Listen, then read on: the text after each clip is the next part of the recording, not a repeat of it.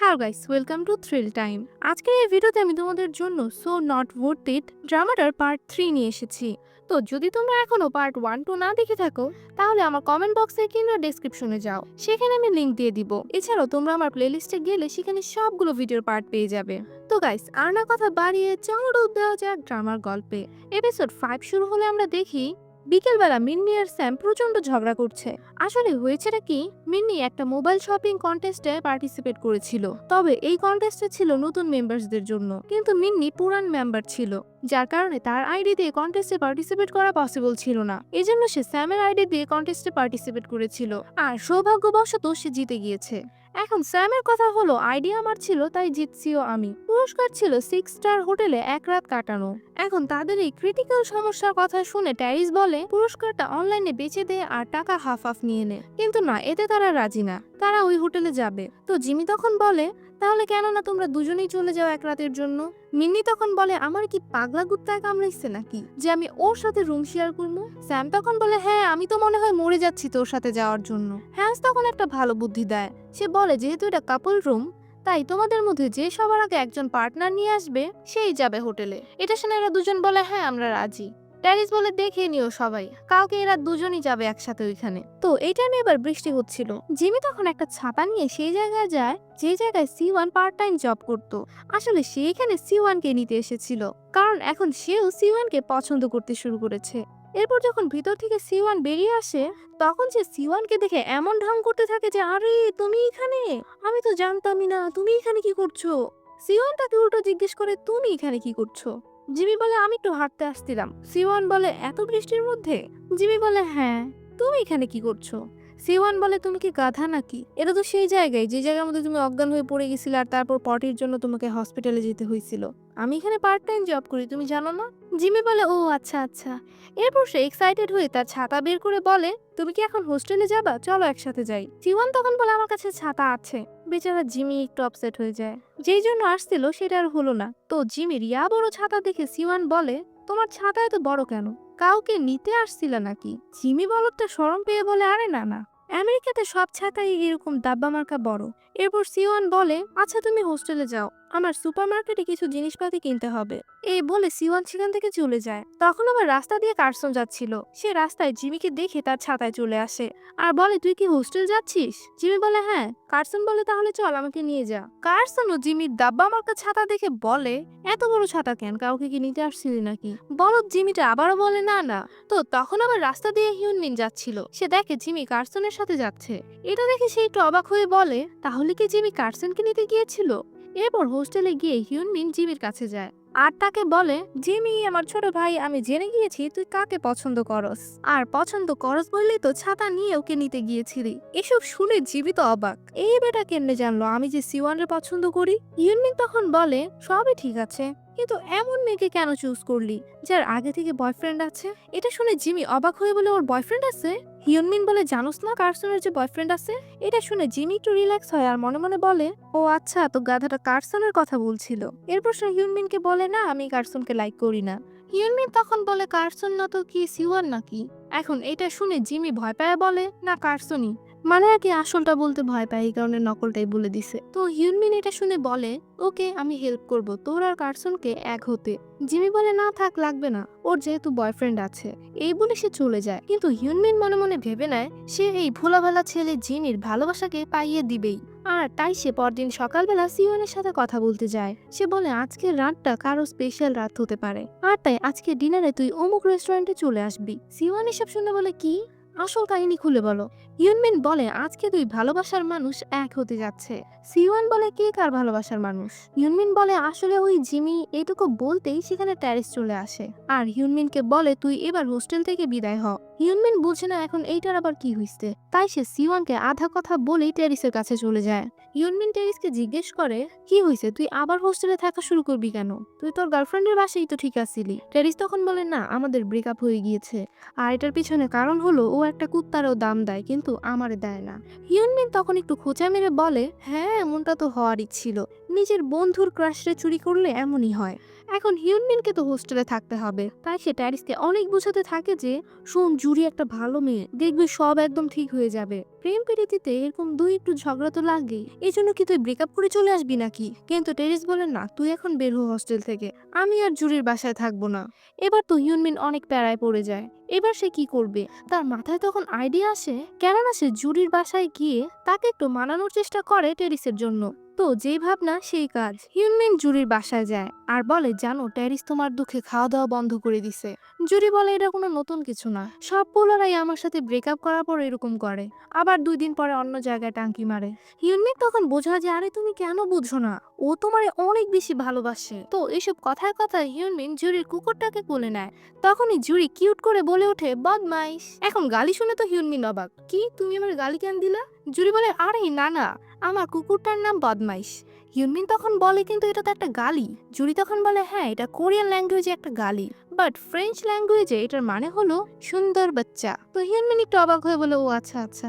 এরপর জুরি হিউনমিনকে পুরো ঘটনা খুলে বলে, আসলে জুরি বদমাইশকে অনেক বেশি ভালোবাসে, আর এতে আমাদের ট্যারিসের অনেক বেশি হিংসা হতো। এজন্য সে জুরিকে 2টা পদ দিয়েছিল, হয় তুমি ট্যারিসের আর নয়তো বদমাইশের। তো তখন জুরি বদমাইশকেই চুজ করেছিল। আর এভাবেই বেচারা ট্যারিসের জীবনে একটা কুত্তা ঠ্যাং ঢুকিয়ে সবকিছু ধ্বংস করে দিল। তো এইসব কিছু শোনার পর হিউনমিন বুঝতে পারে যে না, আসলে এই রিলেশনশিপে ট্যারিসের দাম একটা কুত্তার চেয়েও কম ছিল। তো হিউনমিন জুরিকে বোঝানোর চেষ্টা করে যে কুত্তার চেয়ে মানুষের দাম কিন্তু বেশি। কিন্তু জুরি তখন বলে, বদমাইশ আর আমি 5 বছর ধরে একসাথে আছি, আর ট্যারিসও সেই 2 মাস আগে আসছে। তো আমি আমার 2 মাসের বয়ফ্রেন্ডের জন্য বদমাইশকে হারাতে পারবো না, আমি ওকে মন প্রাণ থেকে ভালোবাসি। তো তখন কিউট বদমাইশটা ভাউ ভাউ করছিল। জুরি তখন বলে, ইস তোমাকে আজকে আমি ঘোরাতে নিয়ে যেতে পারলাম না। হিউনমিন তখন বলে, আমি ওকে নিয়ে যাই, আমি কুকুর অনেক পছন্দ করি, আর এছাড়া তোমার বদমাইশটা কিউট আছে। তো জুরি তখন রাজি হয়ে যায়, আর এরপর পার্কে গিয়ে 2 কুত্তা মিলে অনেক মজা করে। তারা অনেক সুন্দর সময় কাটায়, যেন 2 হারিয়ে যাওয়া ভাই একে অপরকে খুঁজে পেয়েছে। এরপর হিউনমিনের মনে পড়ে যে আরে এভাবে করলে তো হবে না, ও যদি এই সমস্যাটা সলভ না করতে পারে তাহলে আবারও তাকে তার বাসায় চলে যেতে হবে, আর তারপর প্রতিদিন কলেজে আসতে তার 7 সমুদ্র 13 নদী পার করতে হবে। তাই সে এবার একটা প্ল্যান বানায়। তার মনে পড়ে জুরি তাকে বলেছিল বদমাইশ বাইরে বের হলে অনেক বেশি এক্সাইটেড হয়ে যায় আর এদিকে সেদিকে দৌড় দিয়ে চলে যায়। তাই সে এবার প্ল্যান বানায় যে সে বদমাইশকে রেখেই চলে যাবে, আর তারপর জুরিকে যেয়ে বলবে বদমাইশ দৌড় দিয়ে পালিয়ে গেছে। তো প্ল্যান অনুযায়ী কাজ করার জন্য হিউনমিন বদমাইশকে বলে, শোনো আমার একটু হাগু পাইছে, আমি বাথরুমে যাচ্ছি, তুমি আমার জন্য গুড বয়ের মতো এখানেই ওয়েট করো। এই বলে সে ওয়ালের পেছনে যেয়ে লুকিয়ে পড়ে, আর 2-3 মিনিট ওয়েট করার পর উকি মেয়েরা দেখে, ইস কত বলদ কুত্তা এটা, আমি ওয়েট করতে বলছি দেখে ওয়েটই করতেছে। হিউনমিন স্যাড হয়ে বলে, তোমার যত ওয়েট করার করো, আমি আজকে বাথরুমে বসে থাকবো। এরপর সে আবার উকি মারলে দেখে, আয় হায় বদমাইশ কই? বদমাইশ তো এবার সত্যি সত্যি পালাই গেছে। সে টেনশনে পুরো পার্কে বদমাইশ বদমাইশ তুমি কোথায় বদমাইশ এই বলে চিল্লাতে থাকে। পার্কের লোকজন এসব শুনে ভাবতে থাকে, দেখছো এই কালা পোলাটা কত খারাপ, আমাদেরকে ভরা ময়দানে গালি দিতেছে। তো এরপর হিউনমিন খুঁজতে খুঁজতে যখন তার কল্লা নিচে করে তখন দেখে যে আরে বদমাইশ তো এখানেই আছে। এরপর সে বদমাইশকে জড়িয়ে ধরে কাঁদতে কাঁদতে বলে, বোকা কোথাকার, তোমাকে বলেছিলাম না এখানেই থাকতে। তো এখন হিউনমিন যেহেতু পার্কের মধ্যে আনলিমিটেড গালিগালাজ করেছে, এই জন্য লোকজন প্রচন্ড রকম বিরক্ত। তারা ভেবেছে হিউনমিন তাদেরকেই বকাঝকা করছে, আর তাই তারা এক ঘুষি মেরে কালো নাক ফাটিয়ে লাল করে দেয়। আর যেহেতু সে প্রবলেম সলভ করতে পারেনি, তাই তার তো আর হোস্টেলে থাকা হবে না, আর তাই সে তার বাড়িতে চলে যাওয়ার জন্য বাসে উঠেছিল। সে আবার তখন হ্যান্সকেও কল করে, কারণ আসলে আজকে তো তার প্ল্যান ছিল যে সে জিমি আর কার্সনকে মিলিয়ে দিবে। তো এখন যেহেতু সে তার বাড়িতে চলে যাচ্ছে, তার উপর আবার সে সবাইকে রেস্টুরেন্টের দাওয়াতও দিয়ে দিয়েছিল, এই জন্য সে এই দায়িত্বটা হান্সকে দিয়ে দেয়। এরপরের সিনে আমরা সিওয়ানকে দেখি, সে সেদিনের বৃষ্টির রাতের কথাই ভাবছিল। সে মনে মনে বলছিল, আমি শিওর ওই দিন সে আমাকে মিথ্যা কথা বলেছে, ও বোধহয় আমাকেই নিতে এসেছিল, সাথে করে আবার ডাব্বা মার্কা একটা ছাতাও নিয়ে এসেছিল। এরপর তার মনে পড়ে যে সকালে হিউনমিন তাকে জানে জিমির বিষয়ে কি বলতে চাইছিল। তার মনে হতে থাকে সত্যি হয়তো জিমি তাকে পছন্দ করে। এরপর তার মনে পড়ে যে হিউনমিন তো তাকে বলেছিল আজকে রাতে সবাই একসাথে ডিনার করবে, আর আজকের রাতটা নাকি কারোর জন্য স্পেশাল হতে যাচ্ছে। এর মানে কি ও আজকে আমাকে প্রপোজ করবে? এইসব ভাবতে ভাবতে সে স্বপ্নে ডুবে যায় যে জিমি তাকে প্রপোজ করে রিংও পরিয়ে দিচ্ছে, মানে একদম কল্পনার জগতে ডুবে গেছে। তখনই সেখানে রেস্টুরেন্টের মালিক চলে আসলে সে একটু জ্ঞানে আসে। তো এরপর হিউনমিনের দেওয়ার সময় মতো সে রেস্টুরেন্টে চলে যায়। সেখানে তার হ্যান্সের সাথে দেখা হয়। তো সে সিওয়ানকে বলে যে হিউনমিন আমাকে সেটিং করানোর জন্য পাঠাইছে। সিওয়ান তো এই কথা শুনে পুরাই শিওর হয়ে যায় আর বলে যে দেখো এরকম হুট করে কোনো কিছু কেমন জানি লাগে মেয়েদের কাছে, বুঝছো? আসলে সিওয়ান তো তার নিজের কথা বলছিল। হ্যান্স তখন বলে হ্যাঁ আমি বুঝতে পারছি, কিন্তু এই সবকিছুই হিউনমিনের প্ল্যান। আর বলা যায় না কার্সন যদি জিমিকে সত্যিই পছন্দ করে ফেলে। এখন এটা শোনা পড়তো সিওয়ান অবাক। হ্যাঁ কি? সে তখন ভাবতেছিল যে জিমি তাকে পছন্দ করে, হ্যান্স তো বলতেছে জিমি কার্সনকে পছন্দ করে। তো এইসব শোনার পর তো সিওয়ান পুরাই বলদ হয়ে যায়। সে নিজেই নিজেকে বলতে থাকে যে আরে এসব আমি কি ভাবনা চিন্তা করি, আমি যে কেন এত স্বপ্ন দেখি। তখনই সেখানে কার্সন আর জিমি চলে আসে। হ্যান্স তখন বলে যাদের আসার কথা তারা তো চলেই এসেছে, এবার শুরু করা যাক। জিমি তখন বলে কি বলতে চাচ্ছ? হ্যান্স তখন চোখ টিপে মেরে জিমিকে ইশারা দেয়। তো এরপর খাওয়া দাওয়া করতে করতে হ্যান্স কার্সনকে বলে কার্সন তোমার বয়ফ্রেন্ড যেহেতু আর্মি, তাই তোমরা তো দেখা করতে পারো না বেশি একটা, কেননা তুমি তাকে ব্রেকআপ দিয়ে একটা নতুন বয়ফ্রেন্ড বানিয়ে ফেলো। কার্সন তখন বলে যে কেন বে, তুই কি আমার বয়ফ্রেন্ডের চেয়ে ভালো কোনো ছেলেকে চিনোস নাকি? তো হ্যান্স তখন বলে যে হ্যাঁ, এই যে জিমির মতো একটা নরম মনের মানুষ হলে কেমন হয়। তো এইসব শুনে তো সিওয়ানের জেলাসিতে মাথাই নষ্ট। সে বলে যে জিমি একদমই নরম মনের মানুষ না, ও তো একদম দুর্বল মনের মানুষ, একদম ছুঁইমুই মনর। তো সিওয়ান কার্সনকে বলে যে তুমি যদি ওকে ডেট করো তাহলে তোমার মাথাটাই নষ্ট হয়ে যাবে। তো জিমি তখন বলে যে না আমি একদমই এরকম না। তো সিওয়ান তখন জিমি চেহারা দেখে মনে মনে ভাবে যে কত মজা লাগতেছে ওর। সে জিমিকে বলে যে তোমাদের দুজনকে দেখে মনে হয় তোমরা দুজনই একে অপরের জন্য তৈরি হইছো। এইসব আবল তাবল শুনে তো জিমি শরমে লাল নীল হয়ে যাচ্ছে। আর ওই দিক থেকে সিওয়ান ভাবছে বেয়াদব কোথাকার, তুই যখন কার্সনকে পছন্দ করস তাহলে আমার উপরে লাইন কেন মারছিলি। সে তখন বাথরুমের কথা বলে সেখান থেকে হুট করে চলে যায় আর মনে মনে ভাবতে থাকে যে ইস আমারই সব দোষ, আমি যে কেন এত তাড়াতাড়ি স্বপ্ন দেখা শুরু করে দেই। তো অনেকক্ষণ হয়ে যাওয়ার পরও সিওয়ান না আসলে জিমি তাকে কল করে। এর পরের সিনে আমরা আবার এই দুই গাধাকে দেখি। তাদের শর্ত ছিল যে যে সবার আগে পার্টনার নিয়ে আসবে সেই হোটেল রুমটা পাবে, কিন্তু দেখা যায় দুজনেই পার্টনার নিয়ে এসেছে, যার কারণে তাদের মধ্যে এখন তর্ক বিতর্ক লেগে গিয়েছে। বিগত কয়েক ঘন্টা ধরে এই ঝগড়া চলছিল, কিন্তু এখনো কোনো ডিসিশন আসেনি। তো ডিসিশন নেওয়ার জন্য মিন্নি স্যামকে নিয়ে হোটেল রুমের বাইরে যায় আর রুমের ভিতরে ছিল এরা দুইজন। হুট করে এদের মধ্যে পীড়িত শুরু হয়ে যায় আর ওইদিকে ওরা ঝগড়াই করছিল। তো এইবার তারা ডিসিশন নেয় যে তারা রক পেপার সিজার খেলবে আর খেলার পর মিন্নি জিতেও যায়। কিন্তু হোটেল রুমে ঢুকতে গেলে দেখে এ কি, দরজা তো বন্ধ। মানে ওদেরকে রুম থেকে বের করে এরা এখন এনজয় করছে। বেশি মাতবরি করলে এরকমই হয়। তো ওইদিকে আবার সিওয়ান না আসায় কার্সন যায় সিওয়ানকে খুঁজতে। আর হ্যান্স তখন জিমিকে বলে ইউনমিন আমাকে সব বলে দিয়েছে, তুই যে কার্সনকে পছন্দ করস। এটা শুনে জিমি বলে যে না আমি ওকে পছন্দ করি না। এই বলে জিমি সেখান থেকে চলে যায়। হাঁস তখন ভাবতে থাকে যে হয়তো সে ভুল শুনেছে, মনে হয় হিউনমিন তাকে বলতে চেয়েছিল যে কার্সন জিমিকে পছন্দ করে, জিমি কার্সনকে নয়। মানে কনফিউশন আর কনফিউশন। তো এরপর জিমি সিওয়ানের কাছে যায়। সিওয়ান তখন বলে তোমার প্রিয় কার্সনকে রেখে আসলা কিভাবে? জিমি বলে আরে এরকম কথা কেন বলছো, এরকম কোনো কিছু না। সিওয়ান বলে ওহ তাই নাকি, তাহলে হাসতেছো কেন? এখন কি তুমি কার্সনের প্রেমে পাগলও হয়ে গেছো নাকি? জিমিও তখন একটু ঠাট্টা করে বলে যে হ্যাঁ একটুখানি। ওইদিকে আবার হ্যান্স গাধাটা একটা আকাম করে বসে। কার্সন সিওনকে না খুঁজে পেলে সে আবারও রেস্টুরেন্টে আসে। হ্যান্স তখন তার পাশে গিয়ে বসে ভালো মতো তাকে বোঝাতে থাকে যে শোন আমি জানি তুই তোর বয়ফ্রেন্ডকে পছন্দ করস না, তুই ওকে ছেড়ে দে, ছেড়ে দিলে মানুষ খারাপ ভাববে এই কথা তুই ভুলেও ভাবিস না, এরকম কিছু হবে না। কার্সন বলে কি কি আবল তাবল কথা বলতেছোস? হ্যান্স বলে আমি জানি তোর একটা বয়ফ্রেন্ড আছে তবুও তুই জিমিকে পছন্দ করস। কার্সন বলে আরে বেটা এইসব তুই কি বলতেছোস, মনে হচ্ছে যে আমি ড্রিঙ্ক করতেছি আর মাতাল তুই হইতেছোস। হ্যান্স তখন বলে যে আমি তোদের দুজনেরই ভালো চাই, তুই শুধু একটু সাহস রাখ। তখনই কার্সনকে তার বয়ফ্রেন্ড কল করে। ও বাই দ্য ওয়ে তার বয়ফ্রেন্ডের নাম হলো সার্জেন্ট কিম। তো সার্জেন্ট কিম কার্সনকে কল দিয়ে বলে তোমার কি সত্যি অন্য একটা ছেলে পছন্দ হয়ে গেছে, তুমি এইভাবে আমাকে ধোকা দিতে পারলা? কার্সন বলে যে কি আবল তাবল কথা, এইসব ফালতু কথা তোমার কে বললো? হান্স তখন তাকে বলে যে তুই যখন সিওয়ানকে খুঁজতে গিয়েছিলি তখন আমি তোর বয়ফ্রেন্ডকে মেসেজ করে বলে দিয়েছি যে তুই জিমিকে পছন্দ করস। আমি ভাবছিলাম তুই তোর বয়ফ্রেন্ডকে এটা বলতে পারতেছিলি না শরমের কারণে, এই জন্য আমি তোর হেল্প করার জন্য বলে দিছি। এইসব শুনে কার্সন তার বয়ফ্রেন্ডকে বলে না না বেবি এরকম কোনো কিছু না, আসলে আমার পাশে একটা মোটা মাথার গাধা বসে আছে। আর তারপর তো আজকে হান্সের কপালে শনি আছে। এর পরের দিনে আমরা হিউনমিনকে দেখি। সে 7 সমুদ্র 13 নদী পার করে তার বাড়িতে এসেছে, কিন্তু কলিং বেল প্রেস করার পর বাড়ি থেকে একটা বুড়ি মহিলা বেরিয়ে আসে। সেই বুড়ি বেরিয়েই বলে এই রাত্রেবেলা আমার ঘরের কলিং বেল কেন বাজাইতেছস বে? হিউনমিন বলে আরে আপনি কি? বুড়ি মহিলা বলে আরে তুই কে বে? মানে উনি আসলে একটু বে বে করে কথা বলে। হিউনমিন বলে আমি তো এই বাসায় থাকি। বুড়ি মহিলা বলে আরে তুই কবে থেকে এই বাসায় থাকোস বে? যারা আগে এই বাসায় থাকতো তারা তো অন্য জায়গায় শিফট হয়ে গেছে বে।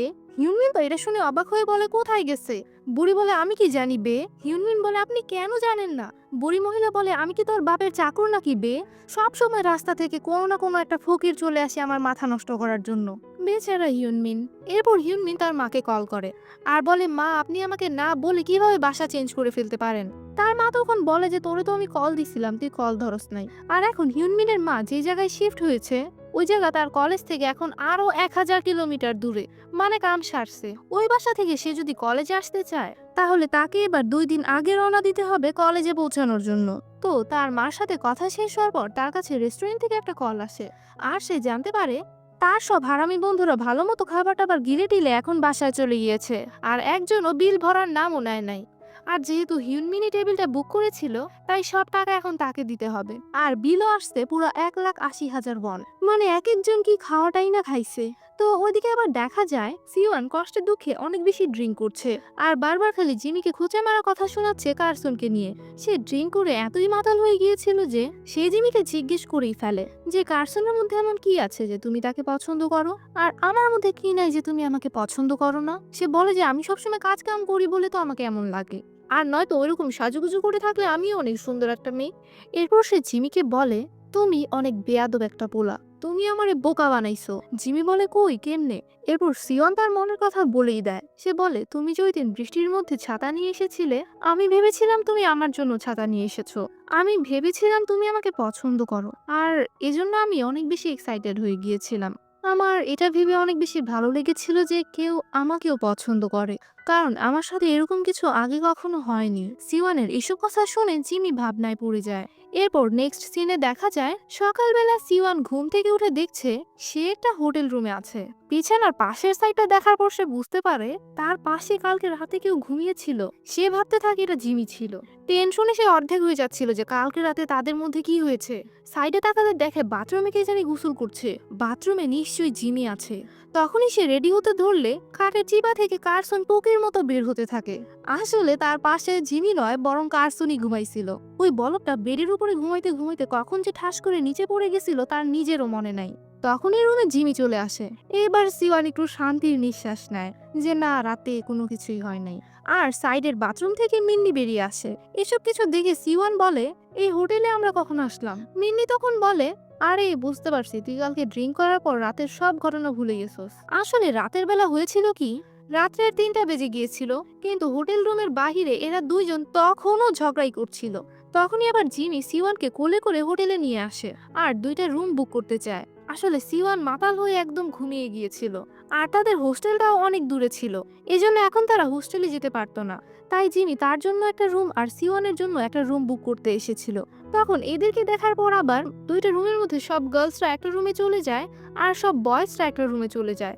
তো সকালবেলা রেডি হয়ে সিওয়ান তার কলেজে যায়। ক্লাস করতে করতে হঠাৎ তার মনে পড়ে কালকে রাতে সে কি আকাম করছিল।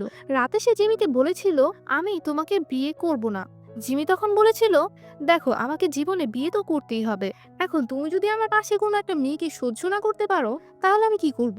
তুমি আমার পাশে কাউকে আসতেও দিবা না আবার আমাকে বিয়েও করবা না, এভাবে কিভাবে চলবে? সিওয়ান তখন বলে আচ্ছা ঠিক আছে আমি শুধু তোমাকেই বিয়ে করব। জিমি তখন বলে না তুমি মিথ্যা কথা বলছো। এখন তুমি এই কথা বলছো আর কালকে সকালে তুমি বলবে যে আমি অনেক বেশি ড্রিঙ্ক করেছিলাম এই জন্য আমি ওরকম কথা বলেছি।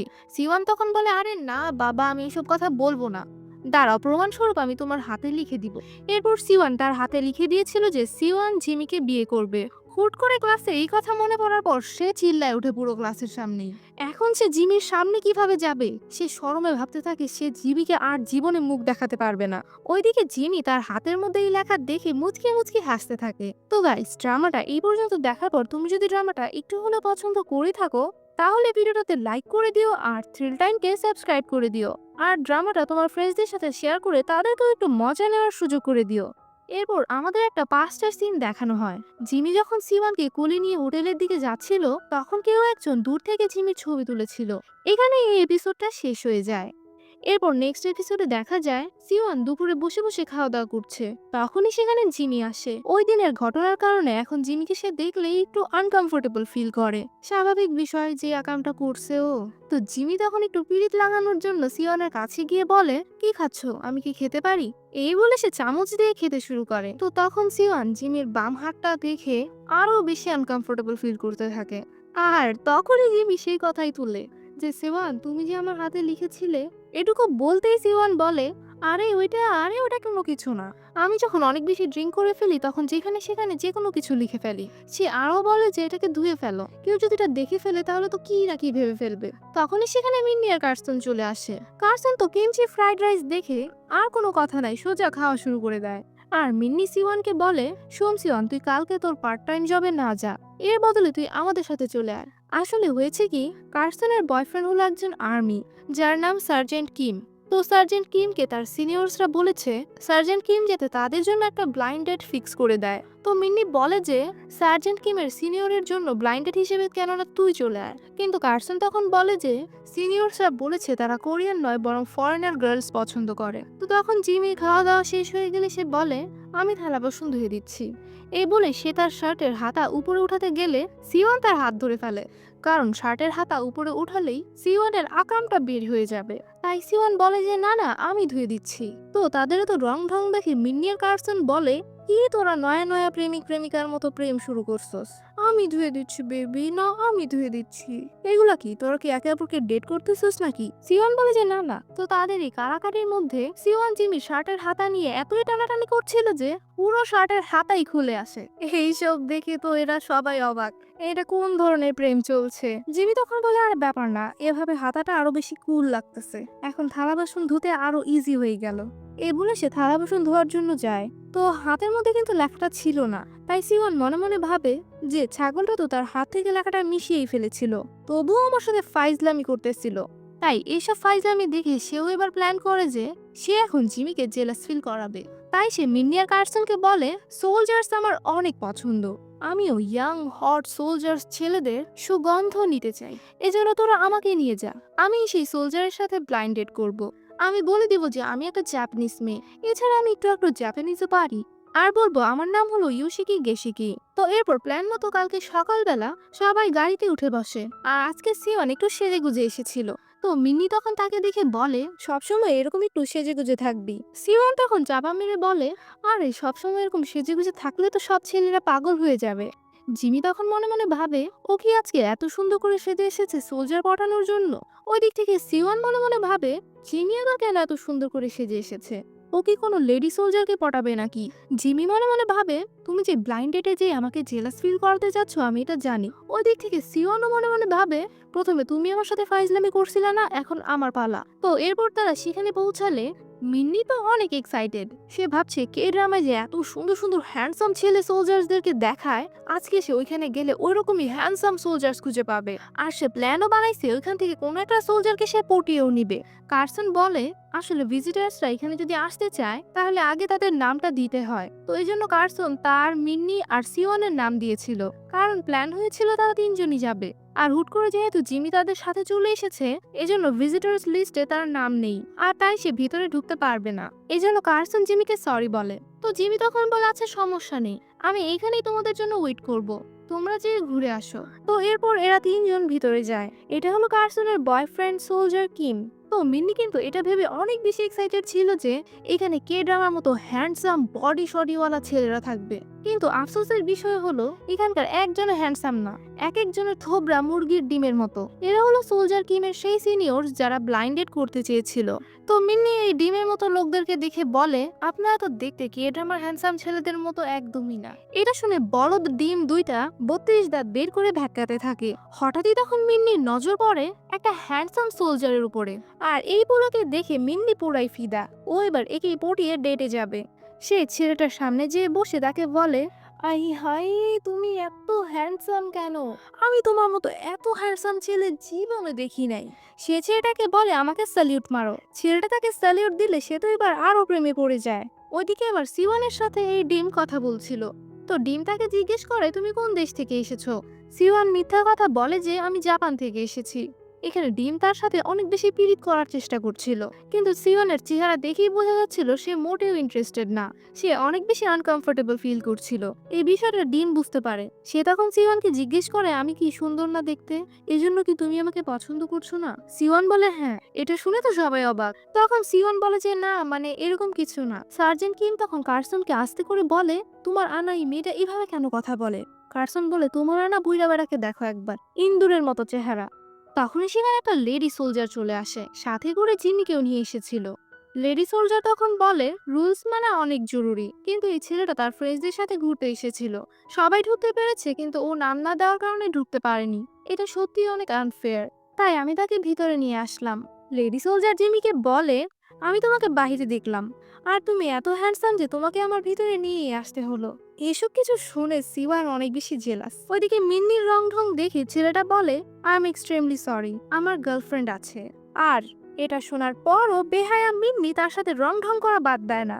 মিন্নি তখন ছেলেটার হ্যান্ডকাফস দেখে বলে, ওয়াও, এগুলো কত সুন্দর, প্লিজ আমাকে এটা পরিয়ে দাও, আমি এটা ট্রাই করে দেখতে চাই। ছেলেটা তখন সেটা পরিয়ে দেয়। ওদিকে ওই ডিমটা সিওয়ানকে বলে, আমার কাছে কোরিয়ান গার্লস আর ভাল লাগে না, আমি ফরেনার্সদের পছন্দ করি। এটা শোনার পর সিওয়ান বলে, আমি জাপানিজ না, আমি একজন কোরিয়ান। এটা শুনে ডিম রেগে যায়। সিওয়ান তখন তাকে বলে, আমি সত্যিটা বলে দিলাম যে আমি একজন কোরিয়ান, কিন্তু তুমি ভুল করে কাউকে বলে দিও না যে তুমি একজন কোরিয়ান। এটা করলে দেশের মান-ইজ্জত নষ্ট হয়ে যাবে। এই বলে সিওয়ান রাগ করে সেখান থেকে চলে যায়। আর ওইদিকে মিন্নি হ্যান্ডকাফসের অপর প্রান্ত ছেলেটার হাতে লাগিয়ে দেয়। মানে সে প্রেমে এতই পাগলা হয়ে গেছিল। আর পাগলামি ধাক্কায় এই গরুটা হ্যান্ডকাফসের চাবিও গিলে ফেলে। আর চাবি গিলার পর সে বলদ হয়ে যায় যে এটা আমি কি করে ফেললাম। আর এরপর তো ভাই মিন্নি এই আকামের পর বাথরুমে যে বমি করে চেষ্টা করতে থাকে চাবিটা বের করার। তার সাথে সেই সোলজারের হাত একসাথে লেগেছিল। মিন্নি তখন বলে, না, উপর দিয়ে বমি করে চাবিটা বের করা পসিবল না, এবার চাবিটা বের করতে হলে হাগু করে নিচ দিয়েই বের করতে হবে। আর এরপর মিন্নি জান প্রাণ লাগিয়ে হাগু দেওয়ার চেষ্টা করে। ওইদিকে আবার জিমি বেরিয়ে পড়ে সিওনকে খোঁজার জন্য। মেয়েটা রাগ করে কোথায় চলে গেল। জিমি তাকে অনেক জায়গায় খুঁজে, খুঁজতে খুঁজতে ফাইনালি সে বাস স্টপের কাছে সিওনকে খুঁজে পায়। জিমি সিওনকে জিজ্ঞেস করে, তোমাকে কত খুঁজলাম, ফোন কেন উঠাচ্ছ না, কি সমস্যা তোমার? সিওয়ান বলে, আমার জীবনটাই তো সমস্যা, জীবনকে নিয়ে অনেক বেশি ক্লান্ত আমি, মাথায় সবসময় খালি টেনশনই থাকতো আমার, কিন্তু এখন আমার জীবনটা অনেকটাই পরিবর্তন হয়ে গিয়েছে তোমার জন্য। কারণ এখন সকালে ঘুম থেকে উঠলেই কিংবা ঘুমাতে গেলে আমার তোমার কথা ভেবে কেমন জানি লাগে। তো এইখানে আমরা সিওয়ানের জীবনের আসল ঘটনা জানতে পারি। তার বাবার একটা কোম্পানি ছিল, ধোঁকাবাজ লোকেরা তার বাবাকে ফ্রডের পাল্লায় ফালিয়ে তাকে জেলে দিয়ে দেয়। আমি কখনো তার সাথে দেখা করতে জেলে যাইনি। আর সেই ঘটনার পর থেকেই আমার মায়ের মানসিক অবস্থা অনেক খারাপ হয়ে গিয়েছে। তিনি জায়গায় জায়গায় লোন নিয়ে বেড়ান, আর এই জন্য আমাকে অনেক বেশি পরিশ্রম করতে হয় টাকাগুলো ফেরত দেওয়ার জন্য। এসব কথা শোনার পর জিমি সিওনের হাতটা ধরে। তো এখন তাদের হোস্টেলে তো যেতে হবে, কিন্তু এই সময় কোনো বাস ছিল না, তাই তারা স্টেশনে যায় ট্রেন নেওয়ার জন্য। সেখানে গেলে জিমি তাকে খাওয়ার জন্য কিছু কিনে দেয়, আর এই জন্য সিওনের মনটা একটু ভালো হয়ে যায়। সিওয়ান বলে, জানো, এটা আমাদের একসাথে কাটানো তৃতীয় রাত। এরপর জিমি সিওয়ানকে একটা ছবি দেখায়। এটা হলো জিমির হাতের ছবি, যেখানে সিওয়ান ওই যে ওই লেখাটা লিখেছিল। সিওয়ান এটা দেখে বলে, আরে এটার ছবি কেন তুলছো? জিমি বলে, ছবি তুলে নিয়েছি এজন্য কারণ হাতের এই লেখাটা মুছে যাবে, কিন্তু এটা আমি আমার কাছে সবসময় রাখতে চাই। সিওয়ান বলে, আরে না, কি বলো, এটা কেউ দেখলে অনেক বড় সমস্যা হয়ে যাবে, এটারে আমি এখনই ছিঁড়া ফেলবো। কিন্তু জিমি বলে, না, এটা একদমই হবে না। এই বলে তাদের মধ্যে এই ছবিটা নিয়ে একটা রোমান্টিক কাড়াকাড়ি শুরু হয়ে যায়। আর এখানেই এই এপিসোডটা শেষ হয়ে যায়। নেক্সট এপিসোড দেখতে হলে দেখতে হবে পার্ট 4। পার্ট 4 এর লিংক আমি আমার কমেন্ট বক্সে কিংবা ডেসক্রিপশনে দিয়ে দিব। এছাড়াও তোমরা যদি আমার চ্যানেলে যেয়ে সেখান থেকে প্লেলিস্টে যাও, সেখানে তোমরা সবগুলো ভিডিওর পার্ট পেয়ে যাবে। আই হোপ গাইস তোমাদের কাছে ড্রামাটা অনেক বেশি ভালো লেগেছে। যদি ভালো লেগে থাকে তাহলে ভিডিওটাতে লাইক করে থ্রিল টাইমকে সাবস্ক্রাইব করতে ভুলবে না। আজকের এই ভিডিওটি এই পর্যন্তই, দেখা হবে পার্ট 4 এ। Bye bye.